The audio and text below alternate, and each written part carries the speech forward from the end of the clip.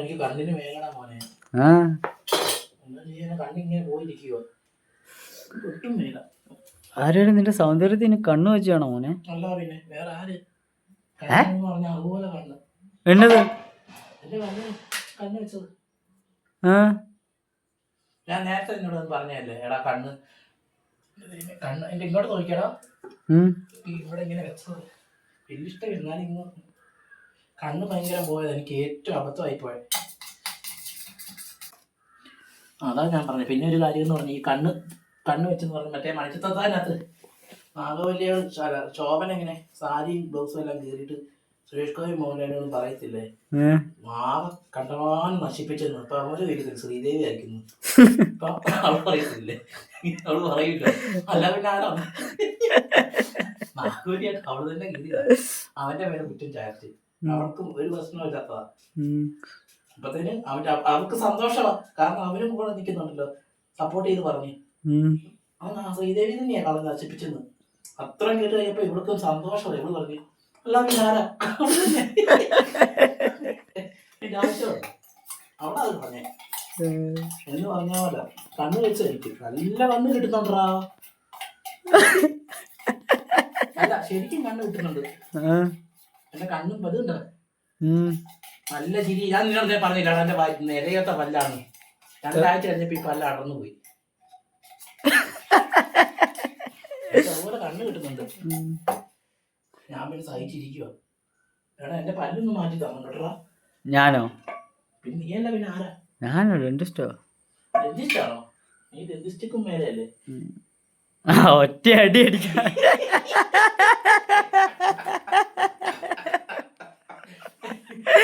അപ്പൊ ശരിയാ നീ പറ കറക്റ്റാ. ആ ഡയലോഗ് അടിപൊളിയാട്ടോ. നമ്മൾ ഒത്തിരി സന്തോഷിക്കുന്നു ഇങ്ങനെ ഇരിക്കുമ്പോ. ഒത്തിരി വേണ്ട നമുക്ക്. ഒത്തിരി സന്തോഷിച്ചാ ഒത്തിരി കരയേണ്ടി വരുമെന്നല്ലേ സത്യം. ഇതൊക്കെ ആരാടാ പറഞ്ഞു ഇറക്കുന്നത്? നമ്മൾ സത്യം അത് ഞാൻ അംഗീകരിച്ചു തരാം. ഓരോരുത്തരും പറയാം ഒത്തിരി സന്തോഷിച്ചു കഴിഞ്ഞാൽ ഒത്തിരി കരയുന്ന ഓരോരുത്തർ പറയല്ലേ. എനിക്ക് അതിനോടൊന്നും വിശ്വാസമില്ല കേട്ടോ.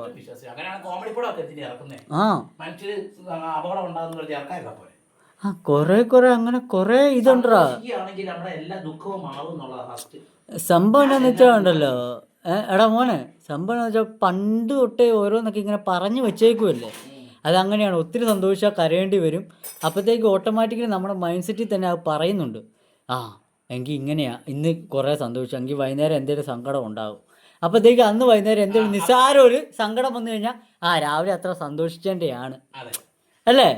അത് മാത്രമല്ല ആ കൂടെ ഈ നെഗറ്റീവും ഉണ്ട്. ഇങ്ങനെ പറഞ്ഞതിന്റെ വിശ്വാസം ഉണ്ടല്ലോ ഒത്തിരി ഓരോരുത്തർ പറഞ്ഞു ആയിട്ടുള്ളത് കേറിയിരിക്കുമല്ലേ. അപ്പൊ പിന്നെ അതും ഇതിനകത്ത് പ്രശ്നമാണ്. എന്റെ മുട്ട നിനക്ക് എന്റെ മോനെ ഉണ്ടായിരുന്ന ഇവിടെ പപ്പടം ഇവിടെ ഭയങ്കര ക്രൈസ് ആണേ. ഞാനിവിടെ ഭയങ്കര കുക്കിങ്ങും കാര്യങ്ങളൊക്കെ.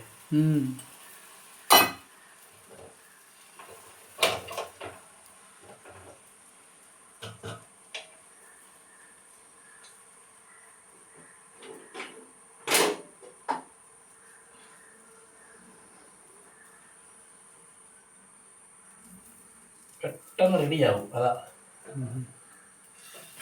നമ്മള് എനിക്ക് ഇഷ്ടപ്പെട്ട കാര്യമില്ലേ ബ്രില്യൻ്റ് പടം എന്ന് പറഞ്ഞാൽ. എനിക്ക് അതെന്നാ പറഞ്ഞാലും ഇക്കണ്ട പടങ്ങളെല്ലാം ഇറങ്ങിയിട്ടും ഒരു മിസ്റ്റേക്സും ഇല്ലാത്തൊരു പടം, അതായത് ഇത്ര ഗമനിച്ച് ഇറങ്ങിയ പടം എന്ന് പറയുന്നത് മണിച്ചിത്രത്താഴാണ്. എന്നാ ബ്രില്യൻ്റ് ഡയറക്ടറും ഇതും അത്രയും നിരീക്ഷിച്ച പടം. നീ കണ്ടിട്ടില്ലേ? പിന്നെ നമ്മൾ കണ്ടപ്പോ അതൊന്നും അറിയത്തില്ല. നീ ഒന്ന് ഒറ്റ ഞാൻ പറയാം. ആ മണിച്ചിത്രത്താഴിലെ ചെറുപ്പം കാണിക്കുന്നുണ്ട്. ഏതാ നാഗവല്ലിയുടെ കുറച്ച് സീനെ കാണിക്കുന്നുള്ളൂ.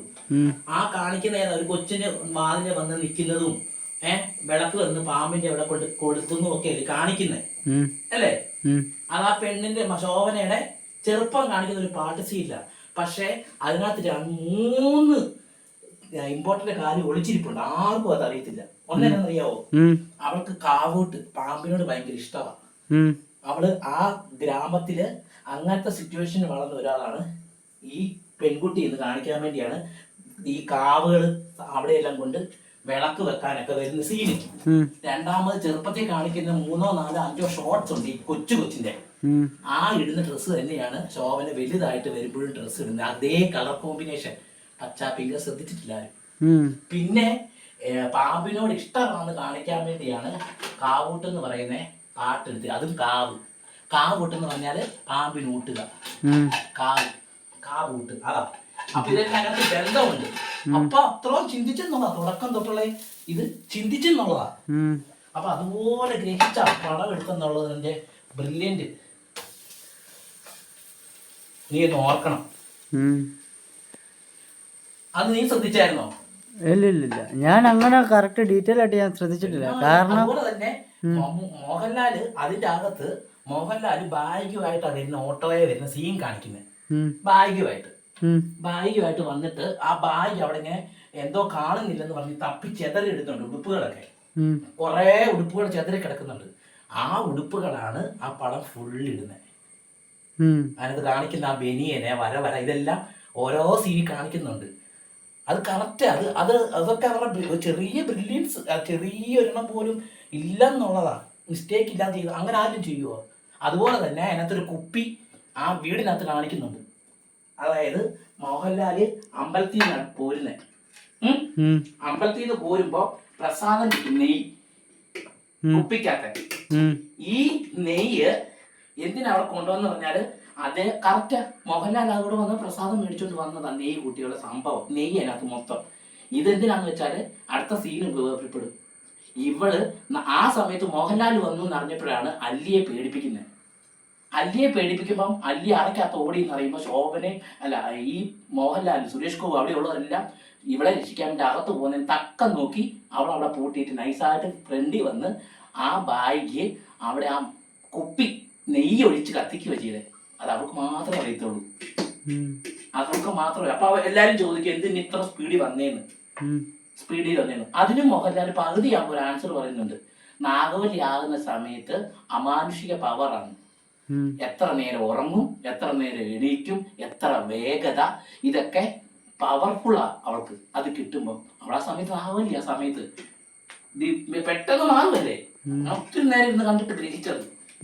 അപ്പം ഈ കുപ്പി അവിടെ കാലിക്കുപ്പി. അപ്പൊ ആ സീൻ നോക്കി ഇപ്പൊ കത്തിച്ച് കിടന്ന് കഴിയുമ്പോഴത്തേന് ഈ കത്തിച്ച് കിടക്കുന്ന ആ ഒരു സീനകത്ത് കുപ്പി, കാലിക്കുപ്പി ആ ബാഗിന്റെ കത്തുന്നതിന് തൊട്ടപ്പുറത്ത് കിടപ്പുണ്ട്. അവിടെ മനുഷ്യനെ കത്തിച്ച്, ദൈവമല്ല, പ്രേതവും പിശാചും ഒന്നുമില്ല. പക്ഷേ ഡിസോർഡറാ. പിന്നെ ഒരു ഡിസോർഡറിന്റെ കാണിക്കുന്നത് എന്നാന്ന് വെച്ചാല് നമ്മുടെ കിണ്ടി എന്ന് പറഞ്ഞ് പോകുമ്പോഴത്തേന് ഒരുത്തനോട് പറയുന്നുണ്ട്. ആരാ? സുധീഷിനോട് എന്നാ പറയുന്നത്? നമുക്ക് ഇവിടെ ചെറുപ്പകാലം അന്വേഷിക്കാൻ വേണ്ടി പോകണം. അങ്ങനെ പോകണമെങ്കിൽ നമുക്ക് അല്ലിയുടെ ഇതെടുത്തോണ്ട് പോകണമെന്ന് പറയും. ഇതാ സൈക്കിള്. നീ പടം കണ്ടായിരുന്നോ മോനെ? ഞാൻ ഈ ടി വിക്കകത്ത് വരുമ്പോ ഏതാനും ഭാഗമൊക്കെ കണ്ടിട്ടുള്ളൂ. പടം ഈ ഭൂമിയിലില്ല. അല്ലെന്നേ കഴിഞ്ഞിട്ടൊരു ഇലയ്ക്ക് വരെ അവിടെ സ്ഥാനം കൊണ്ട് കൊടുത്ത ഒരു കഥാപാത്രമാണ്. വേറെ ഒറ്റ പടമെന്ന് ഞാൻ പറയത്തില്ല. എല്ലാ കാശും മുടക്കിയത് അത്രയും വർഷം എടുത്ത് അവിടെ. അതായത് അല്ലിയുടെ സൈക്കിളിലാ പോകുന്നേ.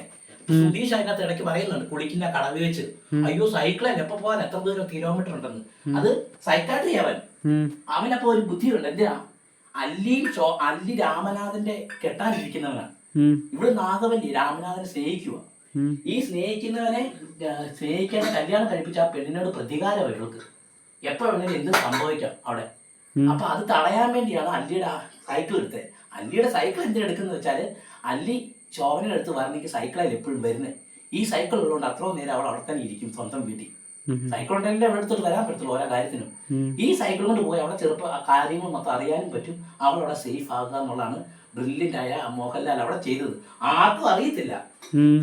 കാറിന് വേണേ പോകാനുള്ളതൊക്കെ ഉണ്ട്, ചെയ്യത്തില്ല. അതാണ് കഥയുടെ ആ ഒരു ഇതുപോലെ ചിന്തിച്ചെടുത്ത കഥയാണ്. അതുപോലെ തന്നെ ശോഭനെ കണ്ടിരിക്കുന്ന ഒരാൾ മാത്രമേ ഉള്ളൂ, ശങ്കരാടി. പപ്പുവെ കണ്ടിട്ടുള്ളൂ. പപ്പു പ്രേതത്തിനെ അല്ല കണ്ടേ, നാഗവല്ലിയാന്ന് അറിഞ്ഞത്. ഇവൾക്ക് ആ ബാധ കയറി എന്നുള്ള ഷോക്കാണ് അവൾക്ക് ബട്ട് പിടിക്കാൻ കാരണം. തട്ടി ഇങ്ങനെ ഇടുന്ന സംഭവമാണ്, സ്റ്റെപ്പേന്ന് വീണിട്ട്. അപ്പൊ നടന്ന് വീണിട്ട് പ്രേതത്തിൽ കൈയാണ് കാണിക്കുന്നത്. ഗോവണിപ്പട ഒരു കൈ ഇങ്ങനെ ഇങ്ങനെ മലിക്കുന്നേ. ഇത് ഒരേ ഒരാൾ, ബാക്കിയുള്ള ഓടിപ്പോയി.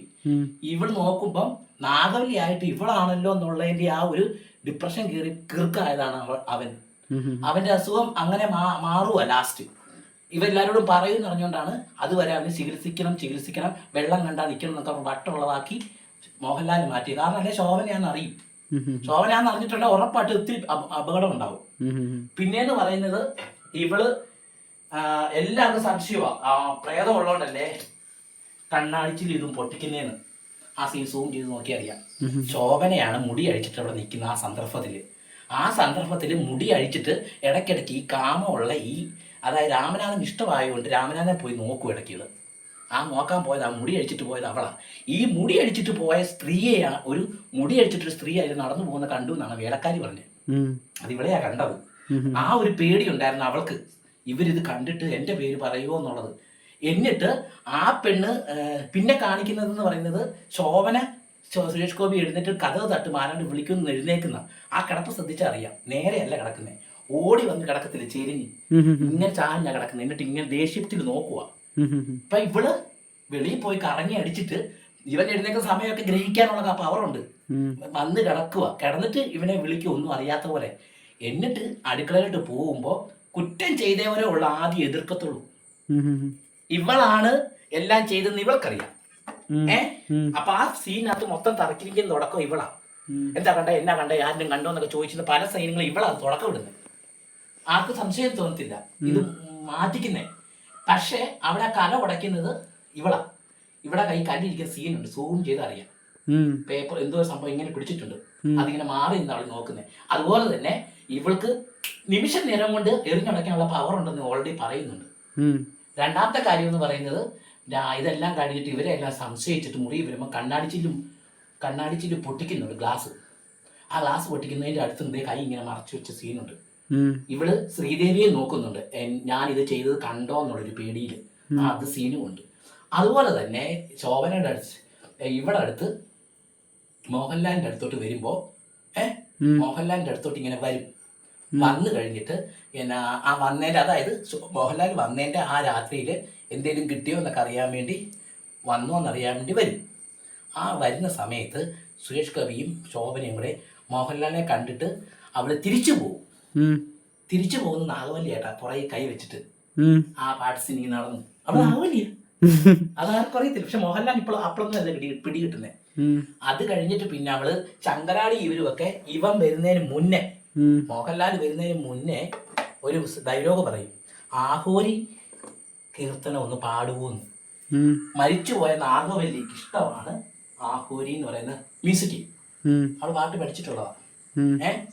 ഡാൻസ് പഠിച്ചിട്ടില്ല, പാട്ട് പഠിച്ചതാ. അതൊക്കെ പറയുന്നുണ്ട്. ഡാൻസ് അറിയാത്തത് പാട്ട് അറിയാവുന്ന, ഡാൻസ് അറിയാത്ത നാഗവല്ലി ഡാൻസ് ആടിയെന്ന് മോഹൻലാൽ പറയുന്നുണ്ട്. അപ്പൊ ഇവൾക്ക് ആഹോരി കീർത്തനം ഭയങ്കര ഇഷ്ടമാണ്.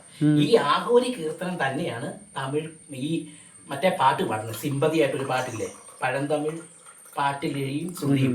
ആ പാട്ടിന് മുന്നേ മോഹൻലാൽ പിടികിട്ടി ഇവളാണ് പിടികിട്ടിയോണ്ടാണ് ശോഭനയുടെ മുഖത്തൊക്കെ ഈ പാട്ട് പാടുന്നത്. പിന്നെ അത് പഴന്തമിഴ് പാട്ടിലെയും ശ്രുതിയിൽ പഴയൊരു തമ്പുരിമേ മൺചിത്രത്താഴിനുള്ളിൽ വെറുതെ മയങ്ങുന്നതെന്തിന്, സരസ്വ സുന്ദരി നീ മണി നീ എന്നടാ, അലസമായി ഉറങ്ങിയോന്ന്, രാത്രിയിൽ അലസമായി ഉറങ്ങിയോന്ന്, നീയാണ് പോയി വരുന്നതല്ല എനിക്ക് പിടികിട്ടി. ആഹോരി കീർത്തനം അത്. ഈ ആഹോരി കീർത്തനം ഭയങ്കര ഇഷ്ടമാണ്. നാഗവല്ലി ലൈറ്റ് ആയിട്ട് അവൾക്ക് ഉണ്ട്. അതുകൊണ്ടാണ് അവൾ ആ ശ്രദ്ധിച്ച് ആ പാട്ടെ തന്നെ ഇരിക്കുന്നത്. ആ മോഹം ഇടയ്ക്ക് മാറുന്നത് എന്തിനാന്ന് വെച്ചാല്, അപ്പൊ മോഹൻലാൽ ആ കറക്റ്റ് ബ്രില്യന്റ് ആക്ടർ അവൻ. ആ വരി തുടങ്ങുമ്പോ ശോഭനെ നോക്കൂ, സരസ്വസുന്ദരി നീ എന്തിന് വെറുതെ അലസമായി ഉറങ്ങിയോന്ന്. ഉറക്കമില്ല അവൾക്ക്, രാത്രിയിൽ അവളെ വികാരിച്ച് നടക്കുമല്ലേ. ഇതവളെ കാണിക്കുന്നു. ഇതൊന്നും ആക്കുക ഒരു പാട്ടെന്നുള്ള രീതിയിലാ പോയേക്കുന്നേ. അവന് മുന്നേ ചോദിക്കുന്നുണ്ട്, ആഹേരി കീർത്തനങ്ങളൊന്ന് പാടി നിങ്ങളെയാന്ന്, ഞാൻ താൻ നാഗവല്ലിന്ന്. അങ്ങനെ ഇരിക്കുമ്പോഴാണ് രാമനാഥൻ വരുന്നത്. അത് മാത്രമല്ല സുരേഷ് ഗോപി എന്ന് പറയുന്നത്, ഇവർ രണ്ടുപേരും അവിടെ ചെന്ന് ഈ ചെറുപ്പത്തിൽ ഓരോ കാര്യം ഡിസോർഡർ അവിടെ വെച്ചാണ് ഉണ്ടാകുന്നത്. എന്തിനാന്ന് വെച്ചാൽ, എന്നെ ഈ കാവിലി ഇതും പഴയ കഥയെ മുത്തശ്ശി എല്ലാം പറഞ്ഞു തന്ന കഥയില്ലേ, ഇത് കേട്ട് അഡിക്റ്റായി ഡിസോർഡർ തുടങ്ങിയ പെണ്ണായിരുന്നു 7-8 പ്രായത്തിൽ. അപ്പോഴാണ് ഡിസോർഡർ ആയിട്ട് അവളെ ഉള്ളിലുള്ളത്. സൈക്കോസിന്റെ ഫസ്റ്റ് ഡിസോർഡർ അവിടെ സ്റ്റാർട്ട് ചെയ്യുന്നത്.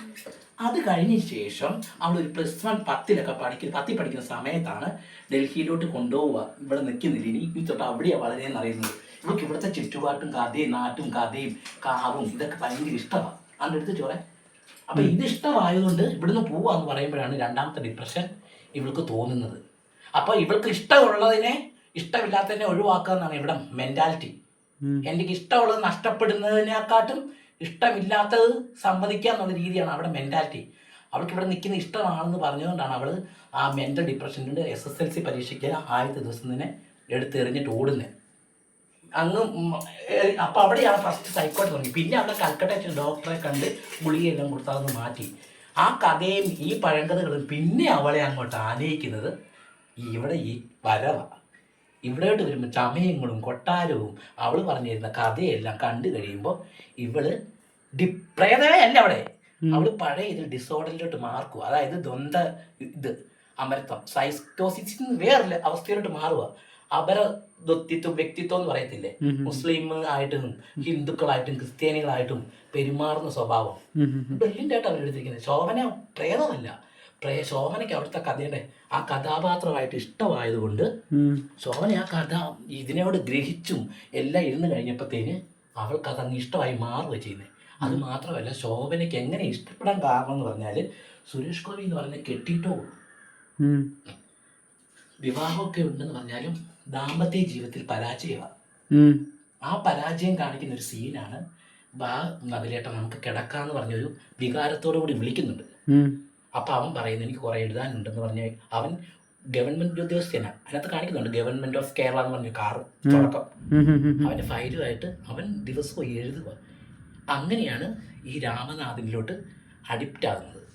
അതൊരു അതും ഇതിനകത്ത് പോകുന്നുണ്ട്. നീ ഇതൊക്കെ ഇത്ര വീക്ഷിച്ച് കാണല്ലേ സിനിമ? അവൾക്കത് വികാരമാണ്. അവൾ അങ്ങനെയാന്ന് വെച്ചാൽ അവളിങ്ങനെ ആ മുഖം ഞാൻ കാണുമ്പോൾ അറിയാം നോർമൽ പെണ്ണ് ശോഭന തന്നെയാണ്. അപ്പം നാഗവലി കയറിയിട്ടില്ല. ഇവള് വികാരത്തോട് നമുക്ക് കിടക്കാം ഇങ്ങനെ ഒന്ന് വിളിക്കുക.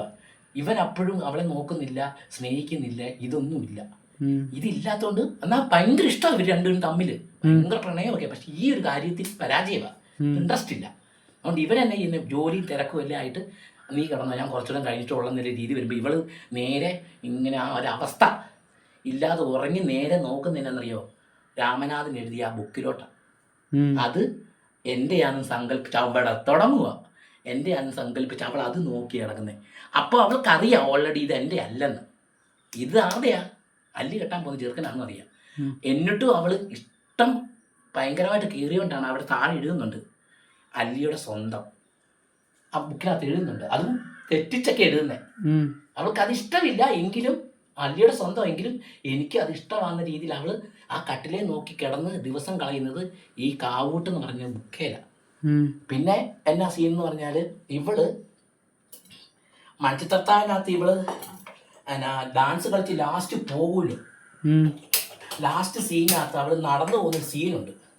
ആ കൊട്ടാരത്തിന് ഫ്രണ്ടിൽ ചെല്ലുന്ന ഡാൻസ് കളിച്ച് വിളിച്ചോണ്ട് പോകുമ്പോൾ ആ വിളിച്ചോണ്ട് പോകുന്ന 3 സ്റ്റെപ്പ് എന്നാന്നറിയോ ഇങ്ങനെ വെക്കുന്നത്. ഇവള് നാഗവാ, ഇവളിപ്പം നാഗവല്ലിയായി. കാവൂട്ട് പാമ്പ് എല്ലാം ഇഷ്ടമാണ്. ഡാൻസ് ആയിട്ടല്ല അതൊന്നും, ഡാൻസ് അല്ലത്, അത് അവളാണ് നാഗവല്ലി കേറിയെന്ന് കാണിക്കുന്നതാ. ബാക്കിയുള്ളതെല്ലാം എന്നെ പടം അതൊക്കെ. ഇവള് നാഗവാന്ന് കാണിക്കുന്നതാണ് അത് ഇങ്ങനെ കാണിച്ചു പോകുന്നത് ലാസ്റ്റ് സീനില്. അതുപോലെ തന്നെ രാമനാഥനെ ഈ ഇഷ്ടപ്പെടാൻ കാരണം എന്നാന്ന് വെച്ചാൽ ഈ രാമനാഥന് ഇവൾക്ക് ആ കാവൂട്ടെന്ന് പറയുന്ന ആ കഥയും ആ ജീവിതവും അതെല്ലാം എഴുതിയ ആളിനോട് ഇഷ്ടം തോന്നിയ കാവൂട്ടും എനിക്ക് അവരുമായിട്ട് ഭയങ്കര ബോണ്ട് ഉണ്ടാക്കിയിട്ടാണ് പ്രണയമാകുന്നത്. അല്ലിയായിട്ട് കെട്ടുന്ന അങ്ങനെയാണ് അവൾ അറിയുന്നത്. അതുകൊണ്ടാണ് ആ സൈഡിലുള്ള ബാതിലുള്ള മുറി തന്നെ വേണമെന്ന് അവളോട് ശാഠ്യം പിടിക്കുന്നത് മുകളിൽ. എന്നിട്ട് ഇവളെ എല്ലാത്തിനും പെർമിഷൻ മേടിക്കുന്നത് ആരാ? സുരേഷ് ഗോപിയുടെ പെർമിഷൻ മേടിക്കുക, സംശയം തോന്നാതിരിക്കാൻ.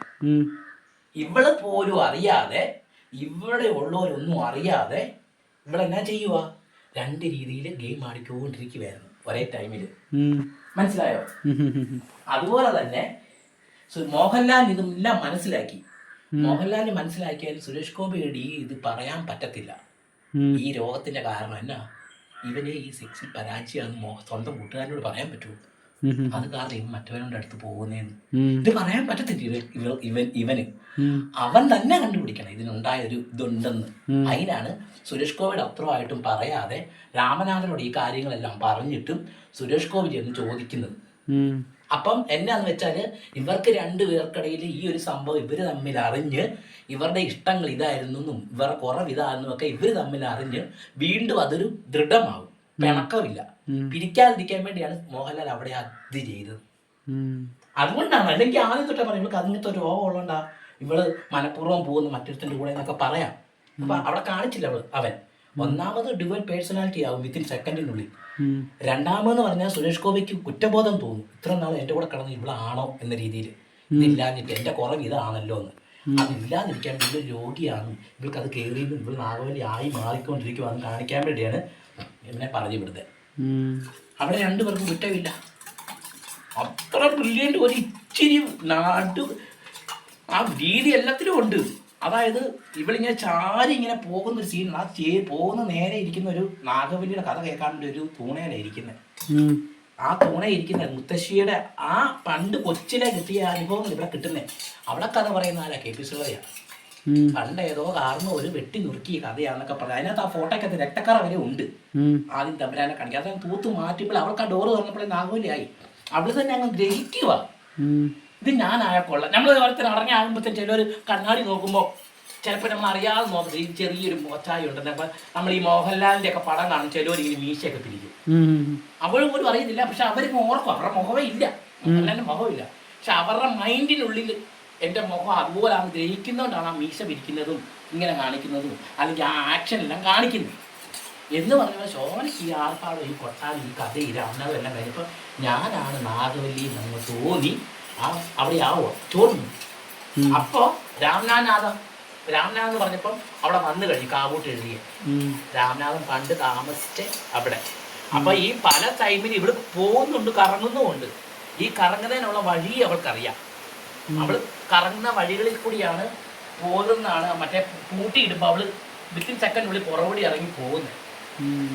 അതുപോലെ തന്നെ മോഹൻലാലിനെ വരുന്നത് സൈക്കാട്രിക് ഡോക്ടറാണെന്ന് ശോഭനയ്ക്കറിയാം.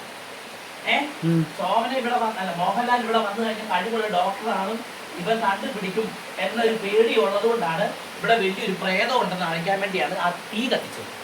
ബായി, അതായത് വലിയൊരു പ്രേതശക്തി ഉണ്ടെന്ന് ഇവിടെ കാണിക്കുക. തന്നെ ഒരു ബായി എത്തുക എന്ന് പറഞ്ഞ് ഇവിടെ പ്രേതം ഉണ്ടെന്ന് പറയുമ്പോൾ അവിടെ ആരാ സേഫ് ആകുന്നത്? ശോഭന നാഗവല്ലിയായിട്ട് മാറും. കാരണം നാഗവല്ലിക്ക് വേറെ ലക്ഷ്യമൊന്നുമില്ല, രാമനാഥിൻ്റെ കൂടെ പോകണം. രാമനാഥ് കാട്ടിങ്ങനെ കുറച്ച് നാൾ വിഹരിച്ച് നടക്കണം. അതിന് തക്കം നിൽക്കുവാണെങ്കിൽ സുരേഷ് ഗോപി ഒന്ന് കൊല്ലണം. ഇതാണ് ലക്ഷ്യം. പക്ഷെ ഇവിടെ പെട്ടുപോയത് ശോഭന പിന്നെ അറിയുന്നത് എന്നതാ സണ്ണി വരുവാണ്. അപ്പോൾ ഓൾറെഡി സണ്ണിയെക്കുറിച്ച് അറിയാം നോർമലായിട്ടിരിക്കുമ്പോൾ. ഈ നോർമലായിട്ടിരിക്കുന്ന സണ്ണി എൻ്റെ ഭയങ്കര കഴിവുള്ള ആളാണ് വരുന്നത്.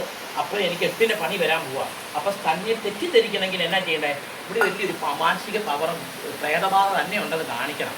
അതുകൊണ്ടാണ് അല്ലി വന്നപ്പോൾ അല്ലി എപ്പോഴും ശല്യം ചെയ്യും ഇവിടെ കുറേ. പിന്നെ രാമനാഥൻ്റെ കാര്യങ്ങളൊന്നും തിരക്കാനോ പോകാനോ ഇവിടെ പേടിപ്പിക്കാനോ ഒന്നും സമയം കിട്ടിക്കുന്നില്ല ഈ അല്ലി എപ്പം നോക്കിയാൽ ഇവിടെ പറയില്ല. ആ ഒരു ടെസ്റ്റും ഇവൻ വന്ന ഒരു ടൈമിങ് കറക്റ്റായിരുന്നു. അവർക്ക് ഭാഗ്യമായിരുന്നു അന്നത്തെ ദിവസം. അല്ലി വിളിച്ച് ചെല്ലുമ്പോൾ ശ്രീദേവിയുടെ അടുത്തുനിന്ന് വിളിച്ച് റൂമിൽ ചെല്ലുമ്പോൾ തക്കം കിട്ടിയ സമയമാണ് ശോഭന അടുത്ത്. ശോഭന ഇറങ്ങി വരുക ഇതില്ല നാഗവല്ലിയായിട്ട് നിമിഷ നേരം കൊണ്ട്. അപ്പോൾ ശോഭന ഓടിക്കുക. അപ്പോൾ അവൾ പറയുന്നുണ്ട് എന്നെ ആരെ പുറയിലിട്ട് ഓടിച്ച് ആരാൻ കിട്ടും മുറിയിലിട്ട് പൂട്ടിയിരുന്നു. പ്രേതത്തെ കണ്ടുവെന്നും അല്ല പറഞ്ഞു, എന്നെ ആരാ ഓടിച്ചെന്ന്. ആ പേടിയും ഓടി ഞാൻ ഇരുട്ടുമുറി കയറിയ വിത്തിൻ സെക്കൻഡ് വിളിച്ച് താക്കോൽ തിരിക്കുന്ന സീനും കണ്ട്. അത് മനുഷ്യൻ തന്നെ ഇല്ലേ, അത് ശോഭനയാണ് ആർക്കും അറിയത്തില്ല. ഇത് വിത്തിൻ സെക്കൻഡിനുള്ളിൽ എന്തിനാ ചെയ്യുന്നത്? ഇവിടെ കാറി ഓടുന്ന സൗണ്ട് അങ്ങ് താഴെ വരെ കേൾക്കാം. അപ്പോൾ ഇവരിവിടെ വരുമെന്ന് ഉറപ്പായിട്ട് പറയാം. ഇവർക്ക് പല വഴികൾ പോകാനുള്ള കഴിവും നാഗവല്ലിയാണ്.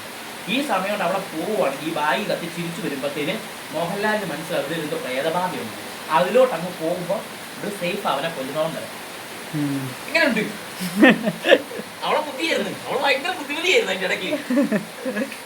വിത്തിൻ സെക്കൻഡ് ഇതെല്ലാം ചെയ്യാൻ പറ്റും. അതെല്ലാം ഒരു പടത്തിൽ ഒതുക്കുക എന്നുള്ളതാണ്. അപ്പം ശോഭന അപ്പം എന്നാ ശ്വാസമില്ലാത്ത മുറിയിൽ ആരാണ്ട് കാറെന്ന് പറയുമ്പോൾ എല്ലാം അവിടെ ബാഗ് എല്ലാം ഇട്ടിട്ട് ഓടി. ബന്ധുക്കാരും എല്ലാവരും പോയി. അപ്പോൾ അവൾക്ക് നിസാരമായിട്ട് അവിടെ പോയി കത്തിക്കാം. ആ കത്തിക്കാനുള്ള വസ്തുവോടെയുണ്ട്. അവൻ്റെ ബാഗും ഉണ്ടായിരുന്നു. അത് ഒരു ബാഗ് വെള്ളിയിട്ട് കത്തിച്ചേ, ഒരു ബാഗ് ഉണ്ടായിരുന്നു. കത്തിക്കാൻ എണ്ണ ഉപയോഗിച്ചത് ആ എണ്ണ തീപ്പെട്ടി മാത്രം എടുത്തോണ്ട് പോന്നാൽ മതിയായിരുന്നു അവർക്ക്. ആ എണ്ണ ഒഴിച്ച് ആ കുപ്പി അവിടെ ഇട്ട് കത്തിച്ചിട്ട് അവിടെ മുങ്ങി. നിമിഷ നേരം ഓടി വന്നിട്ട് ഇവിടെ ഓടി വന്നിട്ട് അങ്ങ് അഭിനയിക്കുക. അയ്യോ എന്നാ പറ്റി, ശ്രീദേവി കണ്ടതാണല്ലോ ഞാൻ കുളിക്കാൻ പോയത് എന്നൊക്കെ അവിടെ പറഞ്ഞു. അപ്പം അവിടെ അവൾ സേഫായി. അപ്പം ശ്രീദേവിക്ക് പ്രേതമാക്കി. അപ്പം ഈ ശ്രീദേവിയുടെ പേര് പറയുമ്പോൾ മോഹൻലാലിന് ഓർമ്മയായി. അപ്പം ഇവിടെ ആരാണ്ടൊക്കെ പ്രേതബാധയുള്ള ചിലപ്പോൾ ശ്രീദേവി ആയിരിക്കാം, ഇവിടെ ഏതോ പ്രേതബാധയുണ്ട്. ഇതെല്ലാം മാറ്റി എന്ന് പറയുമ്പോഴത്തേന് എല്ലാവരെയും കേൾപ്പിക്കാൻ വേണ്ടിയാ. അന്റിയോട് ആരാ പറഞ്ഞു ഇവിടെ ഞാൻ ഇവിടെ ഉണ്ടെന്ന്? ശ്രീദേവി കണ്ടാണോ ഞാൻ കുളിക്കാൻ പോയതെന്ന് പറഞ്ഞിങ്ങനെ ചിന്തിപ്പിക്കും എല്ലാവരെയും. അവൾ പറയുന്നുണ്ടാ ശ്രീദേവിയാ പറഞ്ഞേ ചേച്ചി ഇവിടെ ഉണ്ടെന്ന് പറഞ്ഞു. അതെങ്ങനെ അങ്ങനെ ശരിയാവുന്നത്? എന്നെ കണ്ടതാ വളർന്ന്. അത് ചിലപ്പോൾ നുണയായിരിക്കും, കണ്ടുപോലില്ലായിരിക്കും. പക്ഷെ ഇവിടെ ട്വിസ്റ്റ് വെക്കാൻ നടക്കേ. അവൾ തന്നെ ഇതെല്ലാം ഒപ്പിച്ചത്. പെട്ടെന്ന് കുളിച്ചെന്നുള്ള രൂപത്തിൽ കുളിച്ചതാക്കി കൂടി വന്നു. എല്ലാം അവൾ ചെയ്യുന്നുണ്ട്. അത് പക്ഷെ കാണിക്കാൻ പറ്റത്തില്ല. എല്ലാം കൂടെ കാണിക്കാൻ പറ്റില്ല 2.5 മണിക്കൂർ. നമ്മൾ ഗ്രഹിക്കുക എന്നുള്ളതാ. പക്ഷെ ആരും ഗ്രഹിക്കത്തില്ലടാ. ഒരു ശരിക്കും ഭയങ്കര ഒരു നല്ല പടം, ആ രസത്തിൽ നല്ല പടമൊന്നും ഉള്ളു. എല്ലാം ഗ്രഹിക്കുന്ന വെച്ച് നോക്കുവാണെങ്കിൽ ഇതുപോലൊരു പടം ഒരു മൈനസ്, അതായത് ഒരു രക്തക്കറ വരെ പോയിന്റ് ആക്കി എടുക്കുന്നുള്ളതാണ്. അത് തുടച്ച് വൃത്തിയാക്കി അവൾ ഓൾറെഡി ആ ഡോറ് മാന്ത്രിക ചൊക്ക് ഇങ്ങനെ തുറന്ന് കഴിഞ്ഞ് കയറി വന്ന് കഴിഞ്ഞപ്പോഴേ ഈ രക്തക്കറയെല്ലാം തുടയ്ക്കുക. ആ രക്തക്കറയെല്ലാം തുടച്ച് രാംനാഥ് എല്ലാം കൂടെ മിങ്കിൾ ചെയ്ത് കഴിഞ്ഞപ്പം അവൾ നാഗവല്ലിയാണ് അവളൊന്ന് മനസ്സിൽ കരുതി ഓൾറെഡി. അങ്ങനെ വന്നു കഴിയുമ്പം അതുപോലെ തന്നെ ഈ എന്തിനിങ്ങനെ ദേശീയം എന്ന് വെച്ചത് എന്താണെന്ന് വെച്ചാൽ, അതായത് അല്ലിക്ക് ആഭരണം എടുക്കാൻ ഞാൻ കൂടി പോയാൽ എന്താ രാംനാഥിൻ്റെ കൂടെ കല്യാണത്തിന് പോയാൽ എന്താ കുഴപ്പമൊന്നും ദേഷ്യപ്പെടുന്നത് എന്തിനാന്ന് വെച്ചാൽ ഇവൾക്ക് ഇഷ്ടമില്ല. ഒന്നാമത് മുന്നിൽ നിൽക്കുന്ന രാമനാഥനാണ്, വെറുപ്പാ. ശോഭന ഇവർക്ക് വെറുപ്പാ ഇവനോട്. ഈ നാഗവല്ലി ആ സമയത്ത് എൻ്റെ ശത്രുവാ ഫ്രണ്ട് നിൽക്കുന്നത്. പിന്നെ അല്ലിക്ക് ആഭരണം എടുക്കാൻ പോകുന്നതിന് ഇവരെന്ത് തടസ്സം നിൽക്കുന്നു എന്നുള്ളതിന് അതുകൊണ്ടാണ് അത്രയും ദേഷ്യവും അത്രയും വികാരമായിട്ട് അവൾ നാഗവല്ലിയായിട്ട് മാറിയത്. പക്ഷേ ഈ മോഹൻലാലിനറിയാം, ഇവനും അറിയാം, ഒരു നാഗവല്ലിക്കോ അല്ലെങ്കിൽ ഒരു ഇതിനോ പെട്ടെന്ന് ഒരു ശബ്ദമോ അല്ലെങ്കിൽ ഒരു ഒച്ചയോ കേട്ടാൽ പെട്ടെന്ന് അവൾ നോർമൽ ആകുമെന്നും അറിയാം. അതുകൊണ്ടാണ് മറ്റേ സുരേഷ് ഗോപിയുടെ പോകുന്ന ഒരു അമ്പല സീനിനകത്ത് സുരേഷ് ഗോപി മോഹൻലാലിനെ ഇങ്ങനെ വെച്ചിട്ടാണ് അവളെ നോർമലാക്കി കൊണ്ടിരുന്നത്. നാഗവല്ലി കയറി വരുമ്പോൾ ഇങ്ങനെ വെച്ചിട്ടാണ് ഒരു തടസ്സം അവിടെ വായിച്ചിട്ടാണ് നോർമൽ. അപ്പം അവൾ ഞെട്ടി നോർമൽ ആവുക. 15 സെക്കൻഡിനുള്ളിൽ നാഗവല്ലി പോവുക ദേഹത്തുനിന്ന്. പ്രേതമല്ല, അവളായിട്ടിരിക്കുക. നാഗവല്ലി അടക്കി കീറും 15 സെക്കൻഡിനുള്ളിൽ. നാഗവല്ലി കീറുമ്പോൾ പവർ, അല്ലെങ്കിൽ അവൾക്ക് നോർമൽ. അപ്പം പിന്നെ രണ്ടാമത്തെ സീനെന്ന് പറഞ്ഞാൽ വിഷക്കുപ്പി എടുത്ത് കൊന്നു എന്ന് പറഞ്ഞാൽ എല്ലാവരും വന്ന് എന്നെ പിടിപ്പെടും, ഞാനാണ് നാഗവല്ലി എന്ന് അറിയുമെന്ന് അറിഞ്ഞപ്പോഴത്തെ അവിടെ കൈ സുരേഷ് ഗോപിയുടെ കഴുത്തിലോട്ട് പോവുക. എല്ലാം എന്ന നിമിഷം നേരം കൊണ്ട് ഇവനെ കൊല്ലാം, എന്നെ നശിക്കട്ടെ എന്നുള്ള രീതിയിൽ സുരേഷ് ഗോപിക്ക് അത് മനസ്സിലായെന്ന് പറയുമ്പോഴാണ് വീണ്ടും ഇവിടെ ഒരു ശബ്ദം ഉണ്ടാക്കിയത്, ഇവിടെ കൂട്ടിയിടണം ശ്രീദേവിയെ കൊണ്ട് പോകുന്നേ. അപ്പൊ അവള് വീണ്ടും സന്തോഷം വികാരമാകും. ഇവിടെ ഇവള് രക്ഷപ്പെട്ടു. സുരേഷ് അപ്പഴേ മോഹൻലാൽ പിടി കിട്ടി ഇവളാണ്. അത് കഴിഞ്ഞതിന് ശേഷം മൂന്നാമത് വരുന്നത് എൻ്റെ ആഭരണങ്ങൾ കാണിക്കത്തില്ലേ, അല്ലിയുടെ ആഭരണം ഇതെല്ലാം കാണിക്കുമ്പോൾ ചിലങ്ക കാണാൻ പോകുമ്പോൾ അവർക്ക് ടെൻഷൻ ആവും. നാഗവല്ലി കയറുക. ആ കയറി വരുന്ന അതിൽ നിന്ന് നോർമലായിട്ട് കൺവേർട്ട് ചെയ്ത് അവിടെ തന്നെ ഗംഗയാക്കാൻ വേണ്ടിയാണ് അവിടെ ഇരിക്കുന്ന ഡെസ്കിലിട്ട് ഇങ്ങനെ വെക്കുന്നത്, നമുക്ക് പോകാമെന്ന്. ആ കുട്ടികൾ പെട്ടെന്ന് അങ്ങ് മാറി. ഇതൊക്കെ അതിനകത്തുണ്ട്. 3, 4, 5 പ്രാവശ്യം മോഹൻലാൽ ചെയ്യുന്നുണ്ടത് ഇങ്ങനെ. അതുകൊണ്ടാണ് ആ ഒരു രീതിയിൽ സുരേഷ് ഗോപിയുടെ വിടമാട്ടെ എന്നുള്ള ഡയലോഗ് പറയുമ്പം സുരേഷ് ഗോപി അത് തന്നെ കാണിക്കും. സുരേഷ് ഗോപി അവിടെ എങ്ങനെയാ ശോഭനയാക്കുന്നേ, മാതിരിപ്പടിക്ക് തത്വം ഗംഗയെന്ന് പറഞ്ഞ് ഗംഗയെന്ന് വിളിച്ചതല്ല കാണിച്ചത്, ഒറ്റ അടി അടിച്ചേ. ആ ശബ്ദത്തിൽ അവള് ഞാനിപ്പോൾ എന്നാ പറഞ്ഞു നഗലേട്ടാ, എനിക്കിപ്പോൾ അവൾക്ക് മനസ്സിലായി അവൾക്കായിരുന്നത്. പിന്നെ ശ്രീദേവി ഫസ്റ്റ് സുരേഷ് ഗോപി മോഹൻലാൽ വന്ന സമയത്തെ രാത്രി പോയി നോക്കുന്നുണ്ട് ശ്രീദേവി വന്ന് നോക്കുമ്പോൾ ശ്രീദേവി ഉറങ്ങുക ചെയ്യുന്നത്. അപ്പം ശ്രീദേവിക്കല്ല അസുഖം അവന് ഉറപ്പിച്ചു ആദ്യം തന്നെ. അവൾ ജനലിലൂടെ നോക്കുന്നുണ്ട്, മുറിയിലും നോക്കുന്നുണ്ട്. ആ മുറിയിൽ പൂട്ടിയിട്ടേക്കുവാണ്. പൂട്ട് തുറന്നിട്ടാണ് അങ്ങനെ നോക്കുമ്പോഴാണ് ജനലിലൂടെ വിളിച്ചിരിക്കുന്ന മോഹൻലാലിനെ കാണുന്നത്. അപ്പം അവളിവിടെ ഉറങ്ങി രാത്രിയിലെങ്ങും പോയിട്ടില്ല. ചിലങ്കര ശബ്ദം കേൾക്കുന്നത് വേറെ ആരാണ്ടാ പോകുന്നതെന്ന് മനസ്സിലായി. അപ്പം ഇതിനകത്ത് ബാക്കിയുള്ളത് ആരാ? ശോഭനയാണ്, ചെറുപ്പക്കാരി. അപ്പം ശോഭനയാണ് ഈ ചിലങ്കിട്ട് ആടുന്നതും പോകുന്നതും. അന്നാണ് അവന് മനസ്സിലായത് ശോഭനയാണ്. അങ്ങനെ എത്രയും തുല്യം കണ്ടെന്നറിയാമോ?